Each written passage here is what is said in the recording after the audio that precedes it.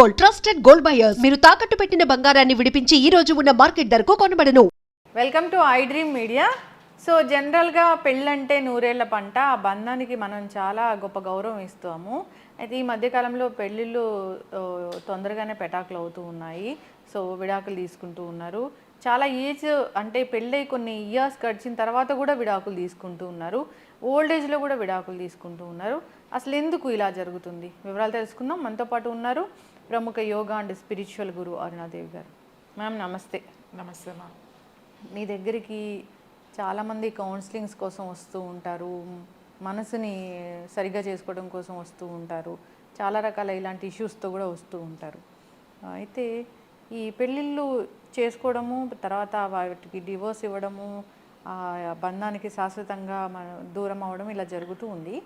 అంటే పెళ్ళై 1 or 2 yearsకి జరుగుతూ ఉన్నాయి, 10 ఏళ్ళకి జరుగుతూ ఉన్నాయి, 30 ఏళ్ళకి కూడా జరుగుతున్నాయి విడాకులు అనేవి. ఎందుకు అసలు?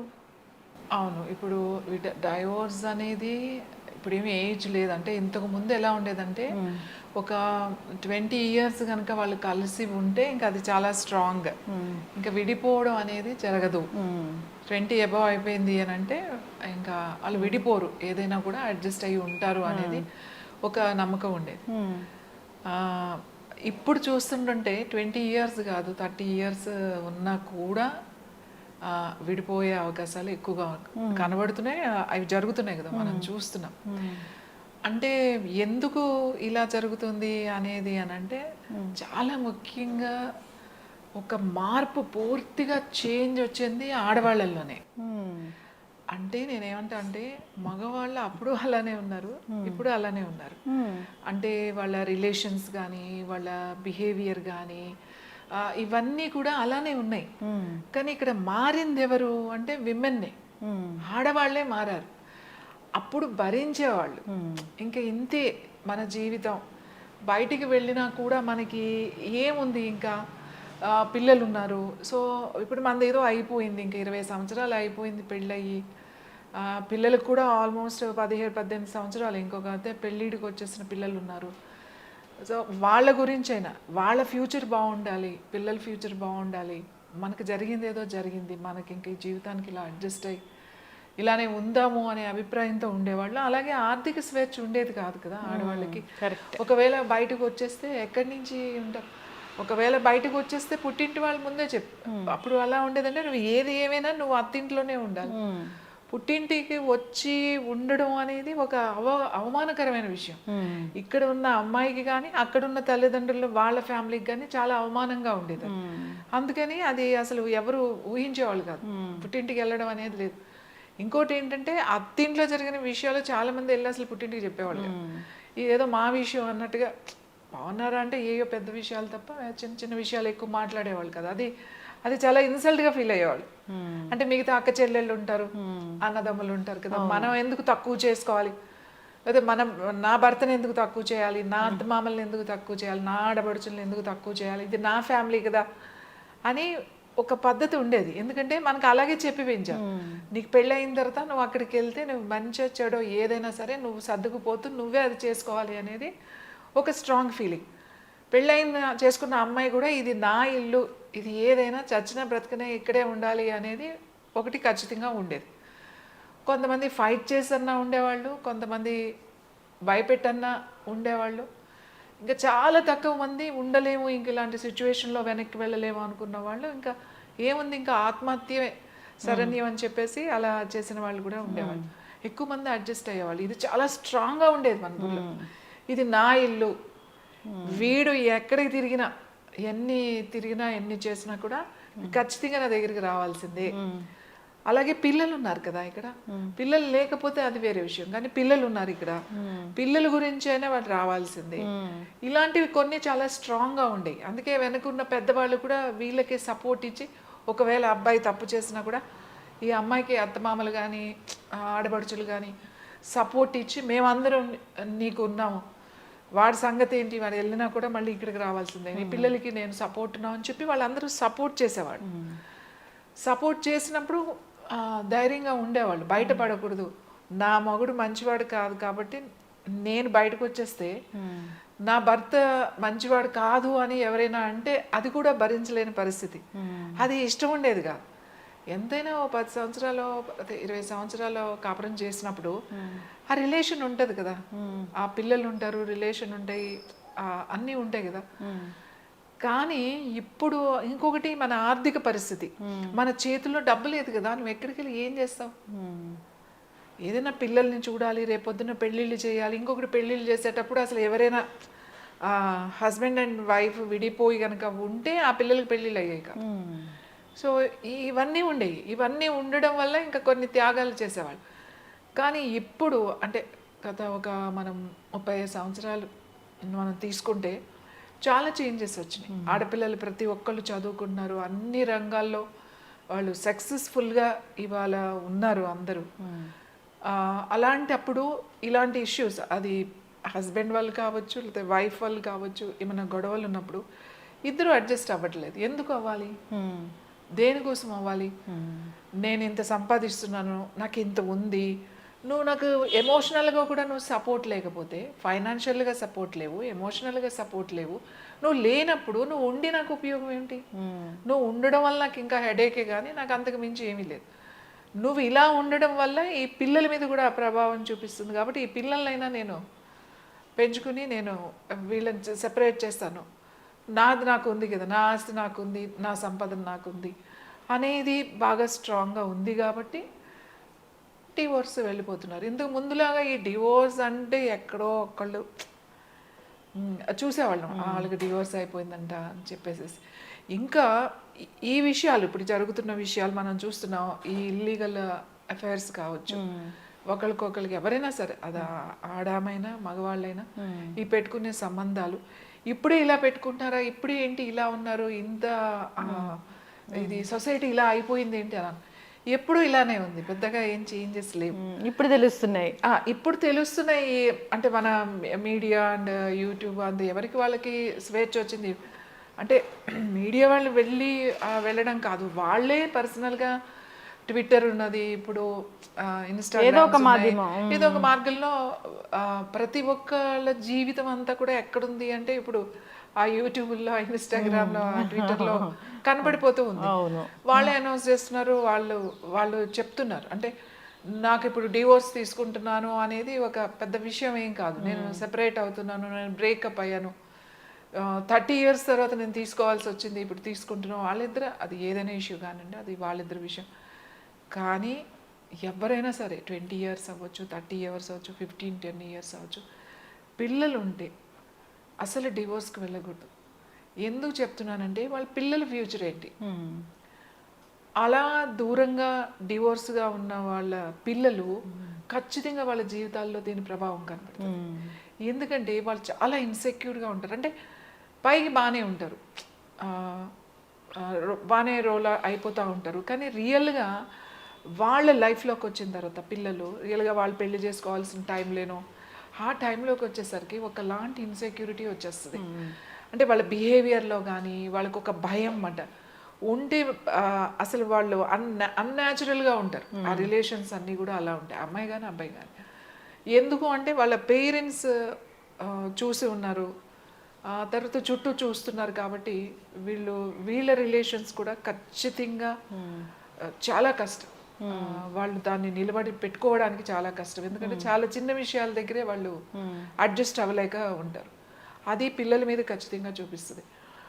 సో ఇప్పుడు ఎందుకు అంటే ఇప్పుడున్న పరిస్థితుల్లో మనం ఇప్పుడు మాట్లాడుతున్నాం, ఈ టైం 2024లో మాట్లాడుతున్నాం, ఇది మంచిది కదా అని అంటే ఖచ్చితంగా ఒక సెలబ్రిటీస్, అది వాళ్ళని ఫాలో అయ్యే వాళ్ళు చాలామంది ఉంటారు. నార్మల్ పీపుల్ని వదిలేసేయండి.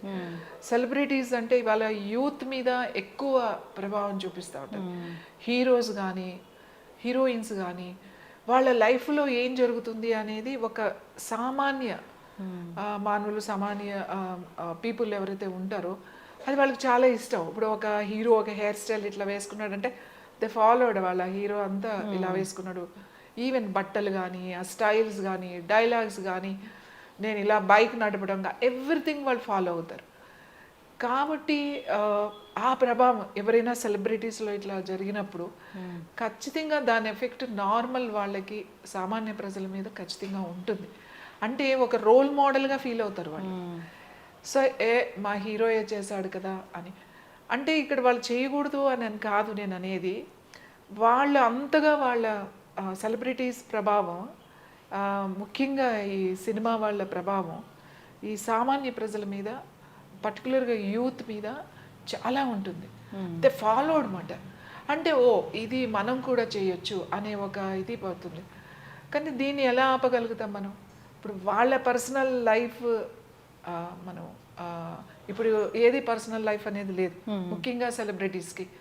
Everything, every moment and any situation అన్నీ కూడా బయటికి కనపడే పరిస్థితి. కాబట్టి ఇలా యాక్చువల్లీ జరగకూడదు. ఎందుకంటే ఇది చాలా ఏమంటాము అంటే ఇప్పుడు ఈ జనరేషన్ చూస్తే చాలా బాధ అనిపిస్తుంది.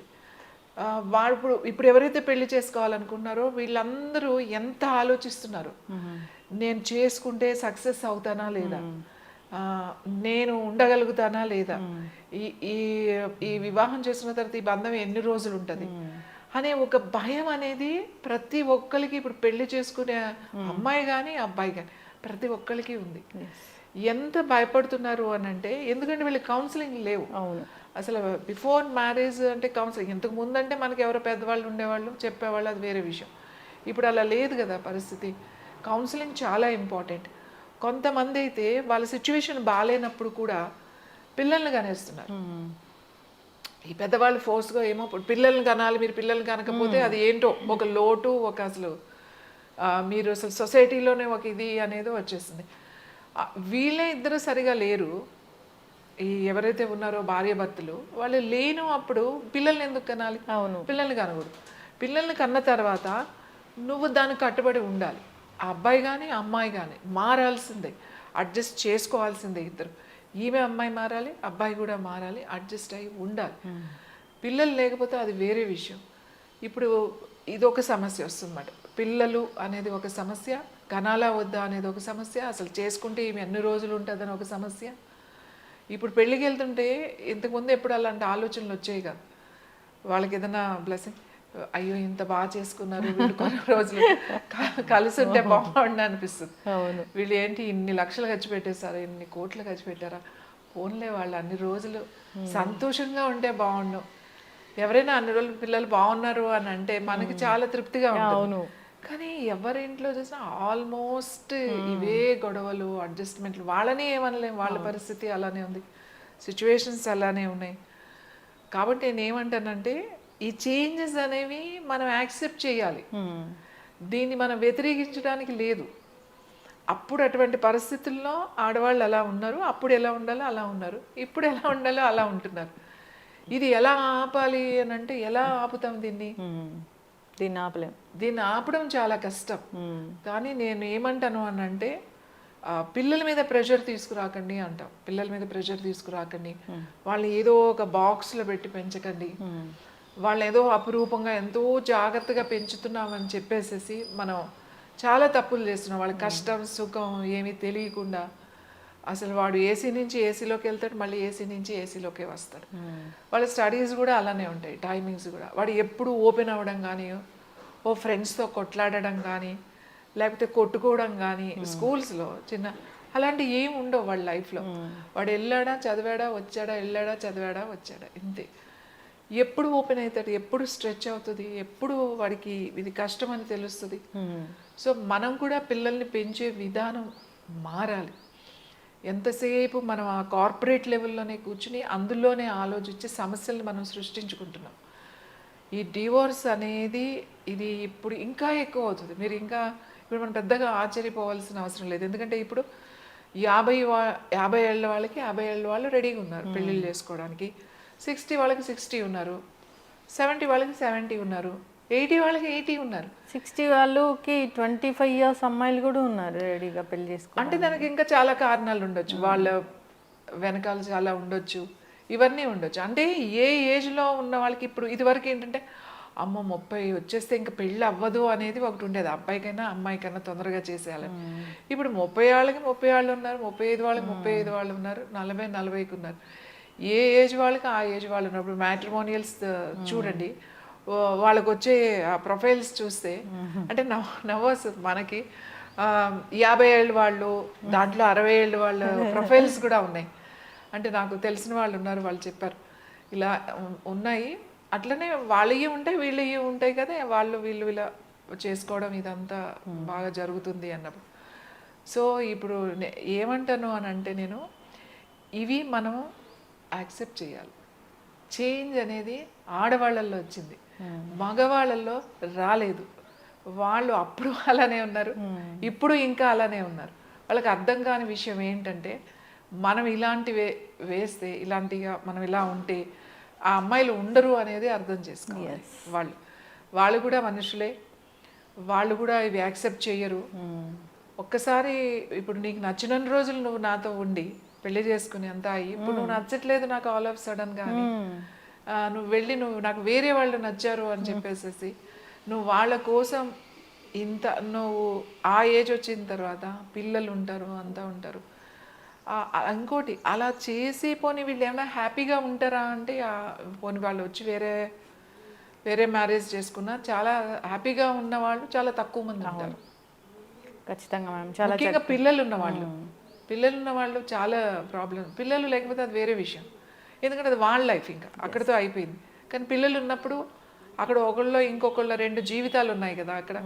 వాళ్ళ గురించి ఒకసారి ఆలోచించాలి. ఇలా డివోర్స్ తీసుకునే ముందు ఒక మంచి సొసైటీ ఇవ్వాలని అనుకుంటారు. అప్పుడు మన పిల్లలు రేపొద్దున వాళ్ళ పౌరులే కదా, ఒక సొసైటీయే కదా. ఒక మంచి హెల్దీ సొసైటీ మనం ఇవ్వాలి అంటే, మనం ఈ దేశానికి ఖచ్చితంగా కొన్ని త్యాగాలు మనం చేయాలి. ప్రతి ఒక్కళ్ళు కూడా కొన్ని అడ్జస్ట్ అవ్వాలి, కొన్ని భరించాలి. పిల్లల కోసమన్నా మనం ఆలోచించాలి. ఒకసారి అనిపిస్తుంది ఎందుకు మనం చేయాలి, పిల్లలకి ఇంత చేసిన తర్వాత మనం చేయాల్సిన అవసరం ఏంటి అని అనిపిస్తుంది. కానీ వాళ్ళు ఏమీ నిన్ను కనమంటే నువ్వు కనలేదు కదా. సో నువ్వు ఏ విషయం అయినా అది మన సంతోషం కోసం కన్నాం కాబట్టి నువ్వు భరించాల్సింది. ఖచ్చితంగా మ్యామ్, చాలా చక్కగా చెప్పారు. సో ఎంతోమందిని చూసుంటారు, ఎన్నో ఫ్యామిలీస్ నిలబెట్టుంటారు మీ కౌన్సిలింగ్ ద్వారా, మీ మంచి మాటల ద్వారా. ఏదైనా కానీ అడ్జస్ట్ అవ్వడం అనేది మంచిది. సో భార్య అడ్జస్ట్ అవ్వాలని కాదు, భర్తలు అడ్జస్ట్ అవ్వాలి ఖచ్చితంగా. సో వాళ్ళ ఫ్యామిలీ కోసం వాళ్ళు ఉండాలి, వాళ్ళని నమ్ముకొని వచ్చిన భార్య కోసం ఖచ్చితంగా ఉండాల్సిందే, పిల్లల కోసం ఖచ్చితంగా ఉండాల్సిందే. అసలు పెళ్ళైన తర్వాత మగవాళ్ళకి స్వార్థం ఉండకూడదు, వాళ్ళ కోసం స్వార్థం అనేది ఉండకూడదు. అట్లా ఉంటేనే కుటుంబం బాగుంటుంది. మీకు చెప్పిన దాన్ని బట్టి నేను అర్థం చేసుకుంది అది. చాలా చక్కటి ఇన్ఫర్మేషన్ అండి. సో ఇప్పుడు ఎన్నో ఏళ్ళుగా, ఎన్నో యుగాలుగా కూడా కుటుంబం అంటే ఇది ఇలా ఉంటుంది, భర్త అంటే ఇలా ఉంటారు, సో తండ్రి అంటే ఇలా ఉంటారు, ఒక బాధ్యతగా ఉంటారు అనేది అట్లా వస్తుంది. అట్లా ఉంటేనే బాగుంటుంది మ్యామ్. చాలా చక్కటి ఇన్ఫర్మేషన్ అండి. ధన్యవాదాలు.